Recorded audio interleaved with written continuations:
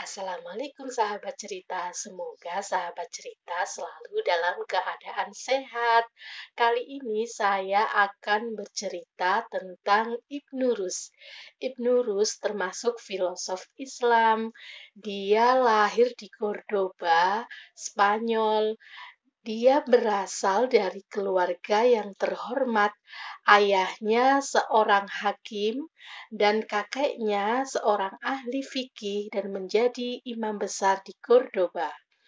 Karena itulah kecintaan keluarganya terhadap ilmu pengetahuan juga mempengaruhi Ibnu Rus dalam menuntut ilmu.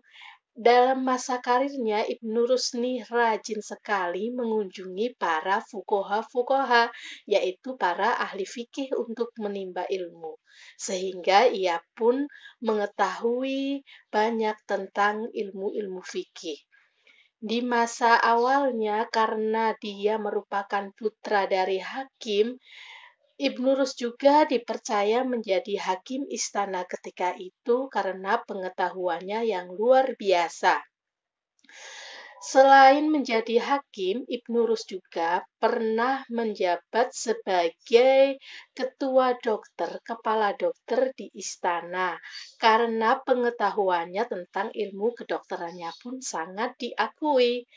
Ibnu Rus di sini sebagai pencetus yang meneliti tentang fungsi retina mata. Selain itu, Ibnu Rus juga menemukan adanya gejala-gejala penyakit stroke.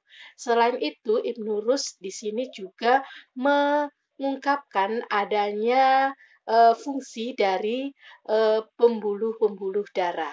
Sehingga peran Ibnu Rus di sini dalam ilmu kedokteran pun sangat diakui karena karya beliau di bidang kedokteran nih juga dijadikan rujukan, yaitu bukunya Kulliyatul Atib, yaitu prinsip-prinsip kedokteran yang dijadikan 7 jilid nih menjadi rujukan di Oxford University hingga sekarang. Itu peranannya Ibnu Rus di dunia kedokteran. Dan yang paling terkenal nih, Ibnu Rus ini termasuk ahli filsafat dari orang Islam yang kiblatnya dituding meniru Aristoteles. Bahkan Ibnu Rus sempat diasingkan dari istananya gara-gara nih desakan para fuqaha-fuqaha yang tidak setuju dengan filsafatnya Ibnu Rus. Karena ketika itu Ibnu Rus itu dianggap bid'ah dan tidak sesuai dengan mazhab-mazhab yang berlaku ketika itu. Namun ternyata ketika Ibnu Rus diasingkan nih, itu menurut para sejarawan itu hanya sekedar politik belaka. Karena ketika itu eh, negara negara tempat Ibnu Rus eh, bermukim nih itu sedang bermusuhan dengan kerajaan-kerajaan Kristen. Sehingga sang raja itu membutuhkan dukungan dari para ulama-ulama tradisional ketika itu. Karena ketika itu para fuqaha-fuqaha tradisional sangat kuat kedudukannya sehingga dianggap akan sangat membantu proses perpolitikan yang berlangsung di negara Ibnu Rus ketika itu. Namun ternyata ketika kerajaan Islam nih ketika itu mengalami kemunduran, ternyata menurut para sejarah itu tidak ada hubungannya, tidak ada kaitannya dengan peranan Ibnu Rus di dalam politik tersebut. Karena Ibnu Rus hanya konsentrasi pada filsafat yang ketika itu filsafat dianggap bid'ah. Namun eh, Ibnu Rus menyatakan bahwasanya yang namanya berfilsafat itu tidak ada larangan dalam Islam. Kemudian nih di orang-orang barat, Ibnu Rus yang terkenal dengan Averroes ini merupakan pemikir utama yang berani menginterpretasi, yang berani menafsirkan tentang pendapatnya Aristoteles yang saat ini masih banyak para ilmuwan yang sulit menafsirkan aliran-aliran Aristoteles ini, sehingga Ibnu Ruslah orang yang pertama kali mampu menafsirkan apa yang menjadi karya dari Aristoteles. Sehingga di sini orang-orang Barat sangatlah bergembira menyambut datangnya kembali pemikiran Aristoteles karena sudah ada yang bisa menafsirkan, yaitu Ibnu Rus. Sehingga orang-orang Barat menjuluki Ibnu Rus ini sebagai penafsir, ilmuwan penafsir yang mampu menafsirkan pemikiran-pemikiran Aristoteles. Nah, dari sinilah karena karya-karya beliau itu banyak menafsirkan tentang pemikiran Aristoteles, dianggap juga sebagian kalangan bahwasanya di sini Ibnu Rus adalah orang Islam yang berkiblat ke barat karena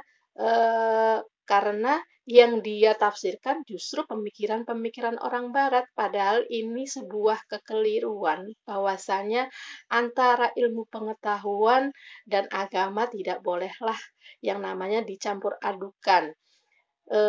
Itu prinsip Ibnu Rus yang seperti itu. Dan ternyata saat ini pun pendapat itu diterima bahwasanya kita berfilsafat itu syah-syah saja, tidak ada kaitannya dengan hukum Islam. Kalau Ibnu Rus dituduh sebagai dalam tanda kutip nih tidak tidak menurut tidak sesuai ajaran empat mazhab yang dianut orang Islam sekarang, yaitu Maliki, Hanafi, Syafi'i, dan Hambali, itu sangatlah tidak benar karena dibuktikan dengan karyanya, yaitu Ibnu Rus membuat sebuah hasil karya yang bernama Bidayatul Mujtahid, yang di dalamnya adalah memuat tentang ilmu-ilmu fikih nih yang menurut keempat mazhab tadi, sehingga di dalamnya juga Ibnu Rus mendukung empat mazhab tadi, dalam artian tidak menentang keempat mazhab tadi.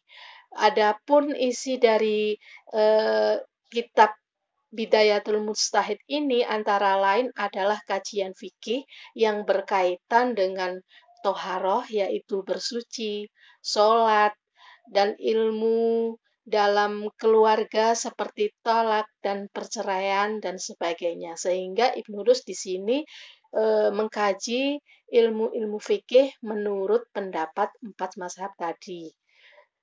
Itulah sebagian gambaran tentang Ibnu Rus yang dulunya dianggap sebagai seorang yang dianggap bid'ah, padahal tidak.